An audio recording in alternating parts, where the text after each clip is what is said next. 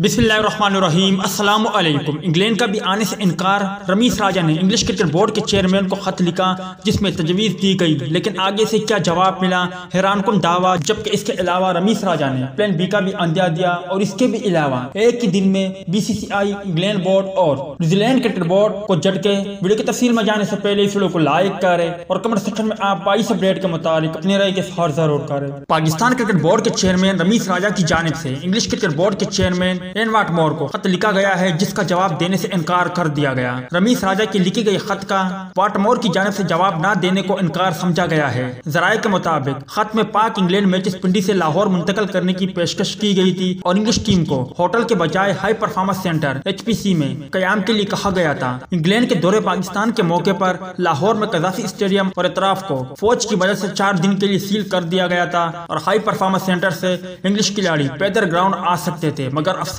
उसके बावजूद England cricket board ने अपनी औकात दिखाई और पाकिस्तान आने से इनकार किया। और दूसरी जानिब देखा जाए तो न्यूजीलैंड की वेमेन टीम को दौरा इंग्लैंड के दौरान बम की धमकियां मौसूल हुई है, जिसकी तस्दीक न्यूजीलैंड क्रिकेट बोर्ड की जानिब से भी कर दी गई है। न्यूजीलैंड क्रिकेट बोर्ड का कहना था कि इंग्लैंड और वेल्स क्रिकेट बोर्ड को धमकी अमेज ईमेल मौसूल हुई है, जो कि न्यूजीलैंड क्रिकेट से मुतालिक थी। मंगल के रोज लेस्टर में इंग्लैंड के खिलाफ एक रोजा मैच से कबल धमकी मिलने के बाद न्यूजीलैंड वेमेन क्रिकेट टीम की सिक्योरिटी बढ़ा दी गई है। न्यूजीलैंड क्रिकेट का कहना है कि इसमें वाज़ा तौर पर वेमेन टीम का हवाला नहीं दिया गया है, ताहम इस धमकी को संजीदा लिया गया और तहकीकात की गई, जिसमें इस धमकी को काबिल एतमाद नहीं समझा गया। न्यूजीलैंड की टीम मैच खेलने के लिए लेस्टर पहुंच चुकी है, जबकि इंग्लैंड को 5 मैचों की सीरीज में 2-0 की बर्तरी हासिल है। इससे बड़ी और क्या साजिश हो सकती है? क्या वो इंसान नहीं है और क्या इंग्लैंड में सिक्योरिटी मजबूत है? न्यूजीलैंड को वहां धमकी मिली, उसके बावजूद उन्होंने मैच को जारी रखने का फैसला किया, मगर पाकिस्तान में न खेलने का फैसला किया। पाकिस्तान क्रिकेट बोर्ड के चेयरमैन रमीज राजा ने